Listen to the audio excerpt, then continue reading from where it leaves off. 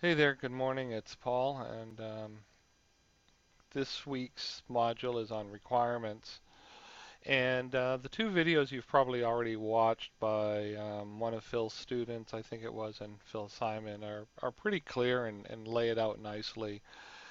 Basically, any project that you any project that you do, you need to know what it is you want to do and the client wants you to do.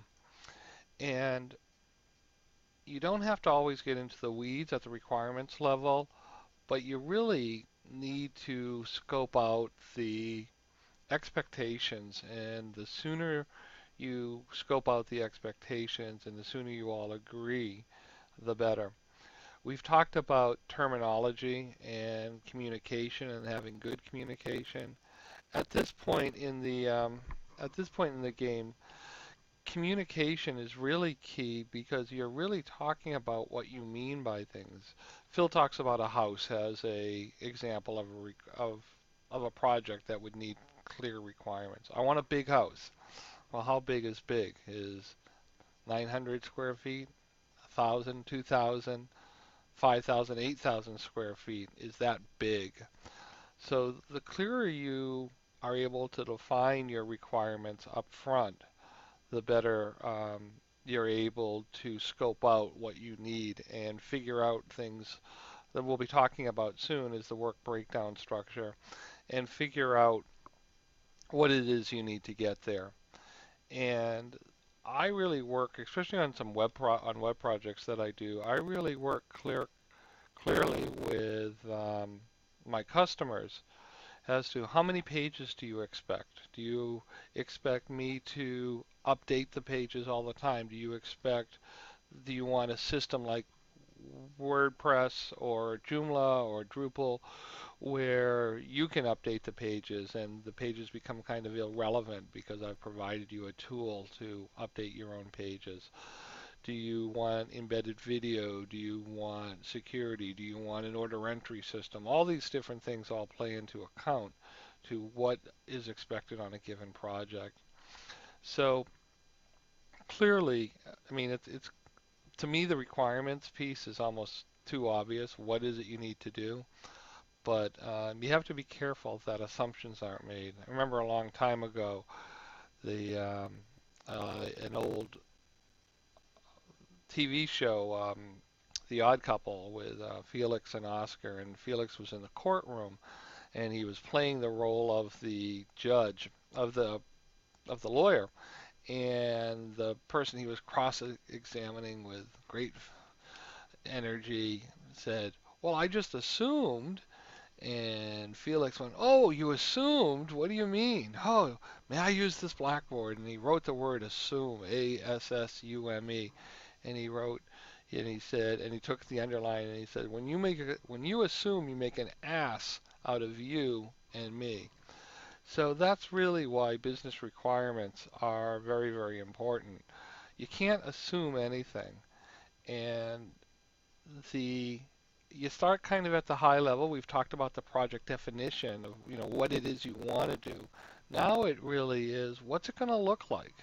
And what's the behaviors of things and what's the usage of things and how do I expect it to be accomplished? We're not talking about I need it to be red, I need it to have a picture of this or a picture of that, but rather I want to be able to display pictures. So as you look at your projects and as you look at what you're working on, really clearly identify as much as you can what you expect the end result to look like. So when I could look at this and when we can look at your document, you can say, yeah, I've got a picture of what's in mind. And then the rest of the process of this ongoing design, and you'll find any project, and I think we've already talked about it, because of like when unplanned things happen, or maybe the mind gets changed or something like that.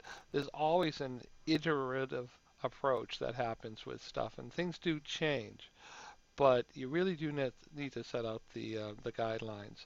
One of the other important things is in setting out the guidelines is it's okay to phase things. Well, maybe for $5,000 I'll do this, and the customer says, I want to do this, this, and this, well, that's going to cost you another $5,000. Well, maybe we'll hold that off into phase two, phase three. And that actually does two things for you. One, it allows you to accomplish the task at hand because you have defined the scope and the requirements of that. And two, it gives you future work. If you're able to do a really obtainable project, set clear requirements for the first phase, and you do well and you get paid for that, and everybody's happy, then they'll say, okay, now let's start doing phase two. And then also, while you're working on phase one, if other ideas come up, and they will come up, that you can take those new spur of the moment ideas and make decisions. Can I fit them into the project as it stands? Or do I need to maybe table this and put this in the parking lot as phase two? So take a look at your requirements for your project. Really kind of start taking these ideas and saying, I expect it to have this piece. I expect it to have this piece. I expect it to have this piece. And you'll start to get a good handle, and it'll start to take shape. I posted a picture earlier on my demo project in the kitchen. We're redoing that. The requirements of that, we kind of know that we want a new countertop, we want to lower a wall, we want to get rid of some ugly wood, we know we want to do a floor. And now what we're starting to do is, as we're getting into the project, we're starting to do some of the demo work, some of the getting the pieces in place, but the requirements will continue to change and adjust. And the clearer we lay out things, especially when you're working in a team, the clearer you lay out things and all parties agree on the end result and what this thing's supposed to look like, the better. So there is no ongoing discussion this week, so there is no discussion four. So be working on your group project and keep the discussions going that. If you need me to be a part of that, let me know and I can join your Google group. A couple of people have emailed me some direct questions and I've tried to respond to those on a one-on-one basis. So I am available for your group project. And I have a video coming up.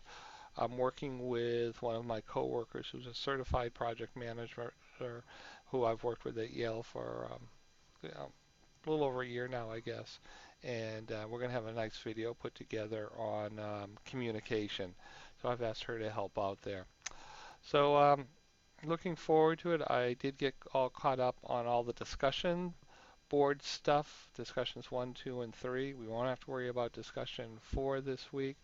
And this week I plan to grade and take a look at all your assignments for Module 3. The dynamic and the stuff that's going on in the discussions and each of you working together is great. It's fun to watch. And again, I'm available as you need things. Thank you very much and have a great day.